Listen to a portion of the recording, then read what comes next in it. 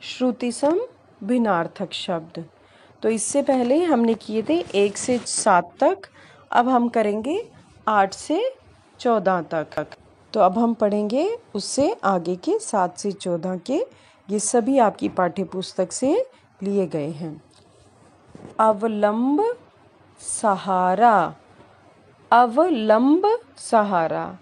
मेरा तो एक ही पुत्र है, वही मेरे बुढ़ापे का अवलंब है। अविलंब फौरन, तुरंत, यानी बिना किसी देरी के। तो तुम्हें वहाँ पर अविलंब पहुँचना है, यानी बिना किसी देरी के तुरंत पहुँचना है, फौरन पहुँचना है। तो इसके पश्चात उपेक्षा, अपेक्षा।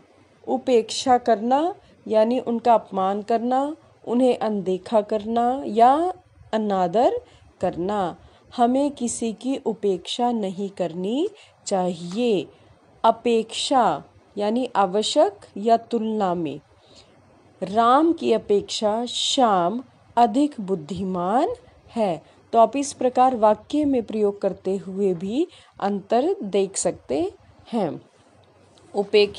उपकार, उपकार, अपकार। उपकार, हमें सदा दूसरों पर उपकार करना चाहिए, यानी हमें सदा दूसरों की भलाई करनी चाहिए। अपकार, हमें किसी का अपकार नहीं करना चाहिए, यानी हमें किसी का अपमान या बुराई नहीं करनी चाहिए। अपकार बुराई और उपकार भलाई। अशक्त, शक्त मतलब शक्ति, अ मतलब नहीं। तो यानी क्या हुआ, जिसमें शक्ति नहीं है, शक्तिहीन। आसक्त, मेरी ईश्वर में बहुत आसक्ति है या मैं ईश्वर के प्रति बहुत आसक्त हूँ। तो यानी मैं ईश्वर के प्रति बहुत मोहित हूँ। आसक्त, शक्तिहीन, आसक्त, मोहित। तो इस प्रकार आप इनका वाक्यों में प्रयोग अवश्य करके देखें। कोश, शब्दकोश यानी डिक्शनरी। कोश यानी शब्दकोश, और कोश यानी खजाना। कोश यानी खजाना या हम भंडार भी कह सकते हैं। कोश खजाना और कोश शब्दकोश। तो इस प्रकार राजकोष में अत्यधिक धन है, यानी राजकोष यानी राजा के खजाने में। कृपण, कृपाण, उच्चारण करके अवश्य देखें।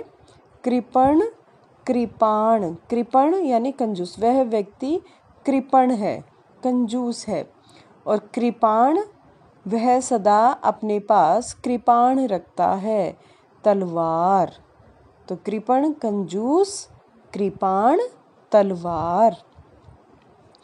इसके पश्चात अब हम देखेंगे कपट, वह व्यक्ति बहुत कपटी है या वह सदा दूसरों के साथ कपट करता है। धोखा, कपट, धोखा, कपाट, दरवाज़ा। मंदिर के कपाट रात्रि के समय बंद रहते हैं, यानी दरवाज़ा, जिसे हम मातृभाषा के शब्द किवाड़ के रूप में भी प्रयोग में देख सकते हैं। तो कपट, धोखा, कपाट, दरवाज़ा।